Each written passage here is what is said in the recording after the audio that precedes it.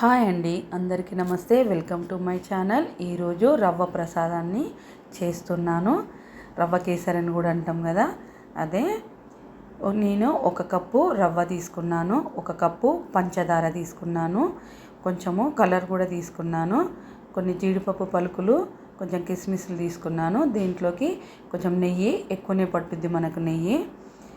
ముందుగా నేను గిన్నె పెట్టుకొని 3 నుంచి 4 స్పూన్ల నెయ్యి వేసుకోవాలి. రవ్వ కేసరికి నెయ్యి ఎక్కువ ఉంటేనే చాలా బాగుంటుంది.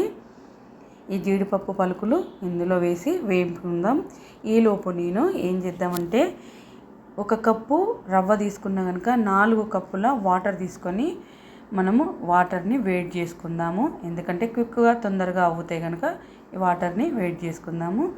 ఈలోపు మనకి ఇవి పలుకులు మంచిగా వేగిపోయినాయి, పక్కకు తీసి పెట్టుకుందాం వీటిని. ఇప్పుడు ఈ నెయ్యిలోనే ఈ రవ్వను కూడా మనము వేయించుకోవాలి.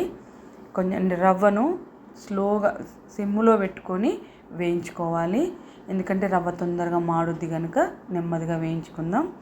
ఇప్పుడు ఈ వాటర్లోనే, వేడి వాటర్లోనే ఇలాచి పౌడర్, కలర్ వేసుకొని చూడండి, రవ్వ బ్రౌన్ కలర్లో వచ్చింది కదా.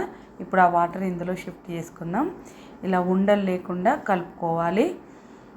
ఉండలు లేకుండానే వస్తుంది, ఎందుకంటే మనము రవ్వను వేయించుకున్నాము, హాట్ వాటర్ పోసుకున్నాం కనుక ఉండగట్టదు. అదే పచ్చిదైతే ఉండలు కడతాయి. చూడండి, రవ్వ ఉడికింది. ఇప్పుడు పంచదార వేసుకుందాం. ఒక కప్పు సరిపోతుంది, మీకు ఎక్కువ కావాలనుకుంటే ఇంకొక హాఫ్ కప్పు కూడా వేసుకోవచ్చు. ఇలా అంతా పంచదార కరిగేటట్టుగా చక్కగా కలుపుకోవాలి. చూడండి, ఎంత జారుడుగా ఇలా పడాలండి రవ్వ కేసరి. ఇలా అయితేనే చాలా బాగుంటుంది. ఇప్పుడు నేను ఇంకా కొంచెం నెయ్యి యాడ్ చేసుకుంటాను. రవ్వ కేసరిలోకి కొంచెం నెయ్యి ఎక్కువ ఉంటేనే చాలా టేస్టీగా ఉంటుంది, బాగుంటుంది.